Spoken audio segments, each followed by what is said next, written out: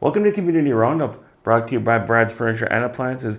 This is the show where we look at nonprofits, charitable organizations, and sports clubs that make Fort St. John and area such a great place to live. My name is Ed Hitchens, and today we're at the Moose FM studios, and we're joined by members of the Fort St. John Association for Community Living, Jordan, Yep.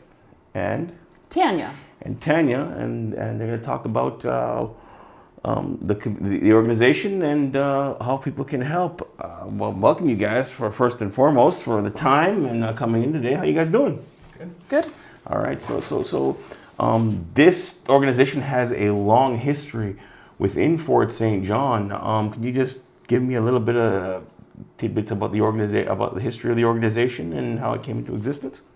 Well, we were incorporated, or the association was incorporated in January of 1960. So it was created by a group of families that just wanted something better for their kids. Okay, so they was want something better for their kids, but could you go in a little bit more detail? I mean, what specifically? So it was school, but then, something after school and more supports for people for life skills, things that they require. Okay, all right. So give me a little bit more detail about who the organization does serve. We serve people with developmental disabilities and complex needs. Okay, all right. So at the time that this was founded, and correct me if I'm wrong, but at the time, people with mental disabilities, developmental disabilities, were looked at as being institutionalized, correct? Yeah, there was no services like we provide now, and that's why it was created, because it was either no supports or institutions, and families, that wasn't good enough. Okay, what was the stigma about having developmental disabilities and being in regular society? That they weren't the same, and they weren't,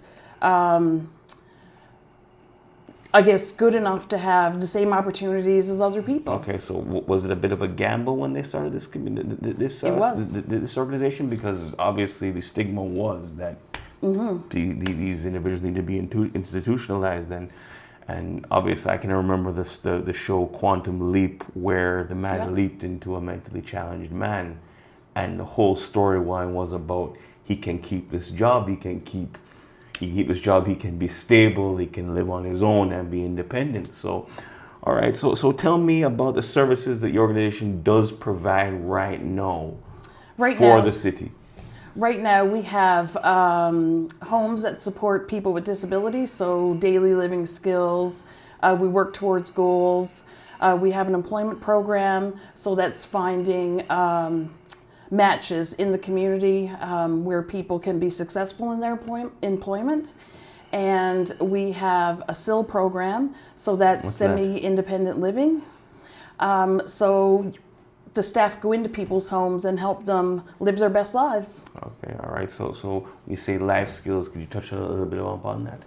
That would be, grocery shopping, teaching them, how to keep a house, how to maintain your apartment, things like that. Okay, all right. So you are what's your position with the company? Program manager. Okay, so tell me a little bit more about your job and what it entails.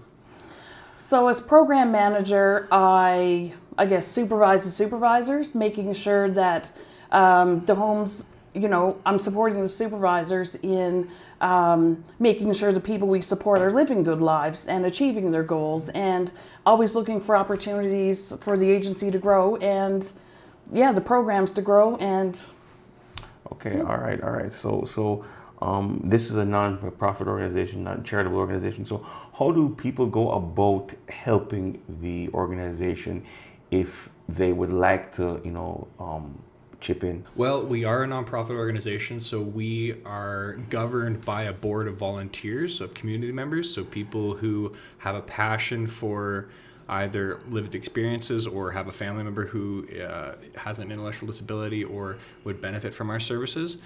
We are looking for people to join our board to help govern our organization. Okay, so you guys have a board, and these are individuals that are within the community. Yep. Okay. Yep. So we have currently a board of 8, and we're looking to expand our board to have up to 11 people from the community who help govern our organization. Okay, so what types of situations does the board overlook?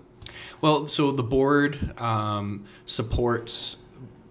They support the association in terms of governance. So in terms of making sure that the work that the association is doing is in line with the mission and vision of the community, of the association for our community. Makes sure that the association is identifying and addressing gaps in the community for the people that we support, and also makes sure that I'm doing a good job and that Tanya's doing a good job and that we're doing the best that we can for our community. So we really need more people to come on board with us to provide guidance to our organization, make sure that we're doing the best for our community, like I said, and making the advances that we need to make. Whether somebody has legal experience or they have organizational structure experience, or they might have lived experiences, all of that that experience and knowledge helps us do better for our community. So we're looking for people to join our board. Along with that, if you're wanting to volunteer, we do have some volunteer opportunities. We are doing some fundraising events right now. We're doing a capital campaign to create a community center in Fort St. John. Okay. Like Tanya had mentioned and you had mentioned earlier, our association was founded on the idea of breaking away from institutionalization, right? And pulling people into the community. And there's still remnants of that we are combating today. And like what? Talk well, I mean, like institutionalization historically, the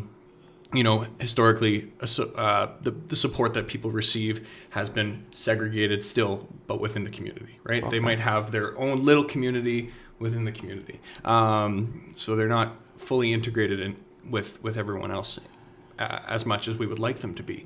And so we're working to break down those barriers by creating a community center, changing our day program center, which has primarily just been for people who are supported, who would be there for the day and then go home. We want to make a space that's inviting the rest of the community in. So having a cafe so that people in the public can come in and be served and see people with disabilities that are working and doing a good job. We want to have them involved in different arts activities, different cultural events and activities, so that we are doing a better job at integrating into the community.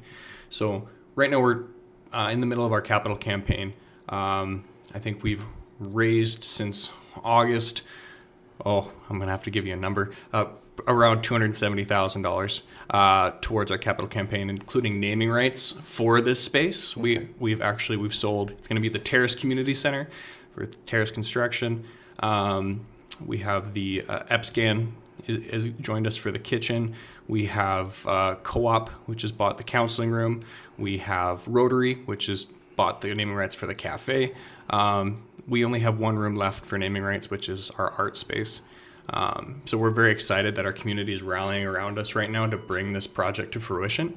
But we will have one last fundraising activity before the end of the year, which is the sponsor wall plaques, which we will be having an announcement here in the next couple of weeks on giving people the opportunity to get their names on the walls within the space. So we're getting very close. We're almost there. And this new center is going to be headquartered at your old headquarters. You moving to a new headquarters. How's that move gone? It's good. We just finished moving our desks and chairs and everything over there Monday.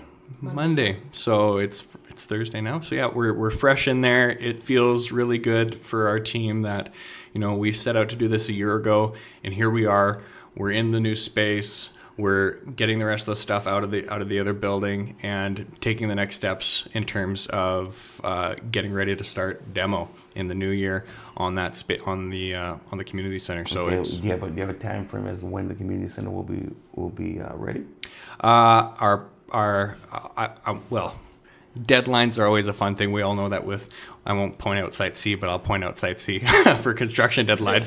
But I'd say, by the fall of 2025, we should have it open. Yeah. Okay, so what kind of fundraising events do you guys do throughout the year in order to support the Association for Community Living? Well, we're very blessed by our partnerships in the community. Terrace Construction has been a long-standing supporter of us. They've done the Terrace Golf Tournament, and all the proceeds from that go to our organization every year.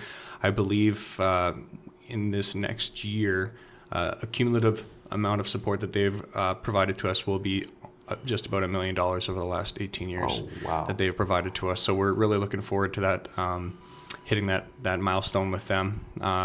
We have our Of the Vine, which we just finished up, which is a premier event in the community of wine tasting, auctions, and entertainment. And that went very well this year. It was a record-breaking year for us with auctioning off a couple of the naming rights for the space. We raised $149,000 in that night, so that was a very mind-blowing event for sure. All right, so where can people find more information about the Association for Community Living? You can stop by at our new office located at 9944 104th Ave, I believe, just on the corner of 104th and 100th Street. So stop by for a visit and come have a chat with us. We have our website, fsjacl.com. We have a lot of information on there. Our Facebook page is pretty active. We're giving lots of updates there on different programs and services and developments as they come up. Yeah. Okay, before I let you go, is there anything else you'd like to add? No, thank you for giving us the time, and thank you, Tanya, for sharing about the history within the association and our services. We're very lucky to have the team that we have. We've been able to do a really lot of awesome things over the last year, and it really is due to the amazing team that we have. And we are hiring some other people as well as we have grown, so we do have some positions open, so feel free to check it out on our website. Where's your website? fsjacl.com. All right. That's all the questions I have. Once again, thank you guys very much for the time. Thank you. This has been Ed Hitchens of Energeticcity.ca for the Community Roundup, powered by Brad's Furniture and Appliances. Once again, if you like what you see and you want some more content, hit that like and subscribe button. Or if you'd like to listen to the episode, we're available on all major podcast platforms. Thank you very much. Have a good day.